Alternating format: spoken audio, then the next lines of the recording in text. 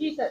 એસઓજીએ operation Rambo હાથ ધર્યું એના અંતર્ગત સમગ્ર શહેરના અલગ અલગ જે અમારા ડિવિઝન છે એની અંદર એક ડ્રાઈવ આપવામાં આવી હતી. ડ્રાઈવ દરમિયાનમાં જેટલા પણ તડીપાર થયેલા છે તે ઇસમો, ગુજસીટોક અગાઉ થઈને છૂટેલા છે તે તથા મારામારીના ગુનાવાળા અને ગંભીર ગુનાવાળા જે આરોપીઓ છે એને ચેક કર્યા અને અમુકને કોમ્બિંગ દરમિયાનમાં રોડ પર પણ મળી આવે એવી રીતે ટોટલ 72 જે છે આરોપીઓ પકડી પાડ્યા છે હથિયારો સાથે અને 72 હથિયારો પણ પકડ્યા છે. આ દરમિયાનમાં એક આસિફ તલવાર કરીને તડીપાર ભંગ નો કેસ પણ કરવામાં આવ્યો છે. જે તડીપાર થયેલો હોવા છતાં શહેરમાં હાજર હતો. એનું નામ છે આસિફ તલવાર, જે ગુજસીટોક અને ડબલ મર્ડરનો આરોપી છે તે પણ પકડાયો છે.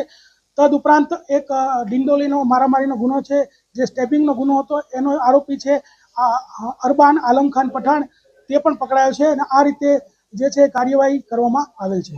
તો હથિયારો પકડાય છે એ ગુનો તો છે જ, અને ગુનો જે છે એ હંમેશા ગુનો જ રહે છે. પરંતુ આ જ્યારે હથિયારોનો કોઈ ઉપયોગ બીજી રીતે કોઈ મારામારીમાં કે મર્ડરમાં કે એ રીતે થવાની શક્યતાઓ રહેલી છે ને એટલે જ આ કાર્યવાહી ચાલુ કરવામાં આવી છે અને આ કાર્યવાહી સતત ચાલુમાં રહે છે.